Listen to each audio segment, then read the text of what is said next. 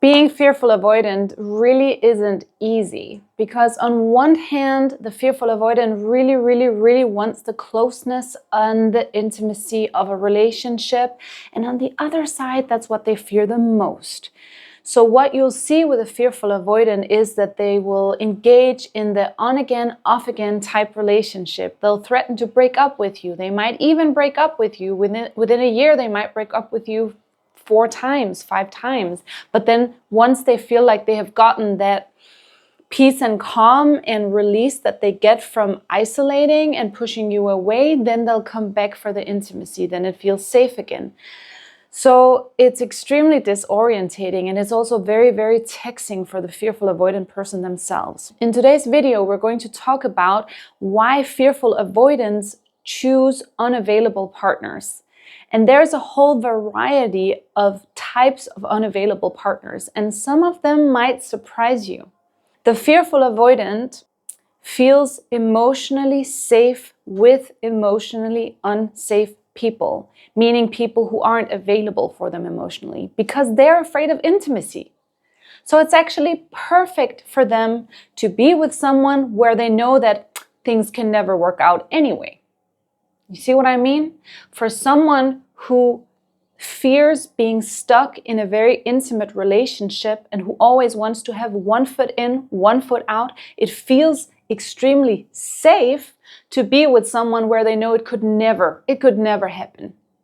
They could never actually end up getting married. They could never actually end up being life partners. So unavailable partners could be, for example, it can be someone who lives in another country. And if you're someone who knows that you would never leave your country and then choosing a partner who lives far away, who maybe also doesn't want to leave their country, that is an unavailable partner. They might be sweet, they might be a good person, but they're still unavailable. So there's that safety. And it's a fake safety, right? But it's that feeling emotionally safe because you know it can never really work out. It can also be someone who has some kind of substance abuse issue. That's very common as well. Fearful avoidance ending up with alcoholics or people who have some other kind of problem that is just bigger than what the relationship can handle long term. Or someone who lives a lifestyle where the fearful avoidant knows that long term this is not going to work for me, like polyamory or something else. So you see, an emotionally unavailable person isn't just someone who is has some kind of personality disorder or someone who just got out of a relationship and who's completely emotionally shut down, or an avoidant partner. There's a lot of different variations of impossible partners, as you can see.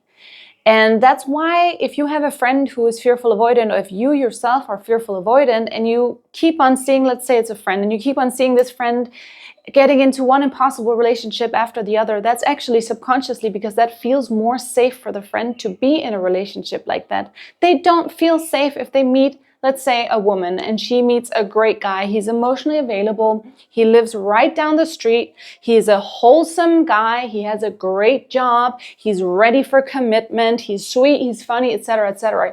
That doesn't feel emotionally safe for a fearful avoidant. That feels like entrapment. That feels like I cannot have one foot in, one foot out because this is just, it's perfect, right? So I don't see a way out. I just see myself being stuck in this relationship forever and ever and ever. What happens if a fearful avoidant end up dating someone like that is that they'll create some kind of reason for why they can't stay with that person.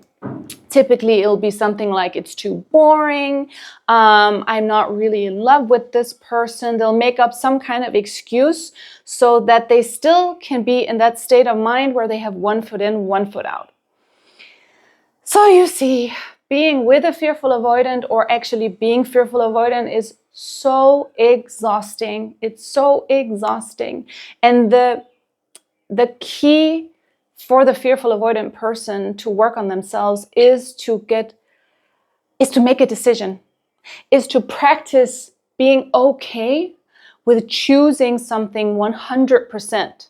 Take both feet in the relationship, of course, with a good person. So number one, they need to figure out how to pick a good person. And then once they found a good person, then they have to practice choosing that relationship, maybe even get married. So there's no way out. But again, with a safe partner, not with someone, or not with some of the impossible partners, because then the healing hasn't really happened anyway.